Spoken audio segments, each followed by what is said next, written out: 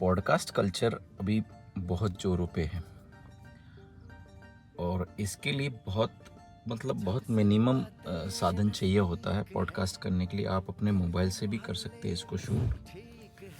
लेकिन podcast start करने से पहले कुछ सावधानियां बरतनी चाहिए। आप जब पॉडकास्ट स्टार्ट कर रहे हैं तो उसके लिए पहले आपको परफेक्ट प्लानिंग चाहिए, उसकी प्रिपेयरिंग करना चाहिए, फिर रिकॉर्डिंग और एडिटिंग बहुत अच्छी होनी चाहिए, लॉन्चिंग प्लेटफॉर्म जो हो वो अच्छा हो, और फिर उसकी जो मार्केटिंग है वो बहुत अच्छी होनी चाहिए। तो ये 4-5 स्टेप है। इसके अलावा भी इसको बहुत सारे स्टेप्स हैं, इसको हम देख सकते हैं। जैसे प्लानिंग हो तो कैसे इसके गोल सेट किए जाएं अच्छे से, फिर अच्छा टॉपिक सेट किया जाए, डिफाइन योर टारगेट ऑडियंस, मतलब आप किस टारगेट ऑडियंस को उसमें ले रहे हो उसको उस ओरिएंटेशन में रखा जाए।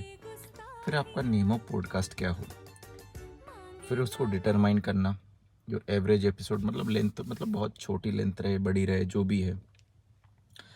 और जब उसकी आप प्रिपरेशन करो तो जिसकी स्क्रिप्टिंग कैसी होनी चाहिए, फिर सेलेक्ट योर गोल्स उस स्क्रिप्ट के अकॉर्डिंग, है ना।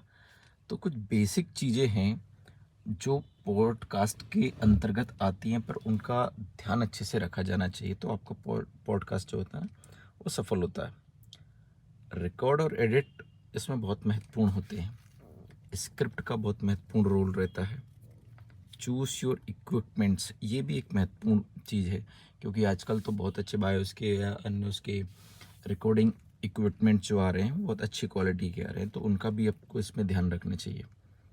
इम्प्रूव योर पॉडकास्ट, अब पॉडकास्ट को इम्प्रूव करने के लिए सबसे अच्छा तरीका एक तो इक्विपमेंट ही है, दूसरा अच्छी स्क्रिप्ट, और तीसरा है उसकी अच्छी सी एडिटिंग। अगर ये सारी चीज़ें हैं तो आपका पॉडकास्ट बहुत ही शानदार हो सकता है। दूसरा, इसका जो फॉर्मेट होता है ना वो बेहद इम्पोर्टेंट होता है। इसका फॉर्मेट आपने किस प्रकार का डिज़ाइन किया है, फिर उसको फिर पब्लिश करना, फिर उसको प्रमोट करना, तो ये सारी चीज़ें उसमें महत्वपूर्ण रोल अदा करती हैं।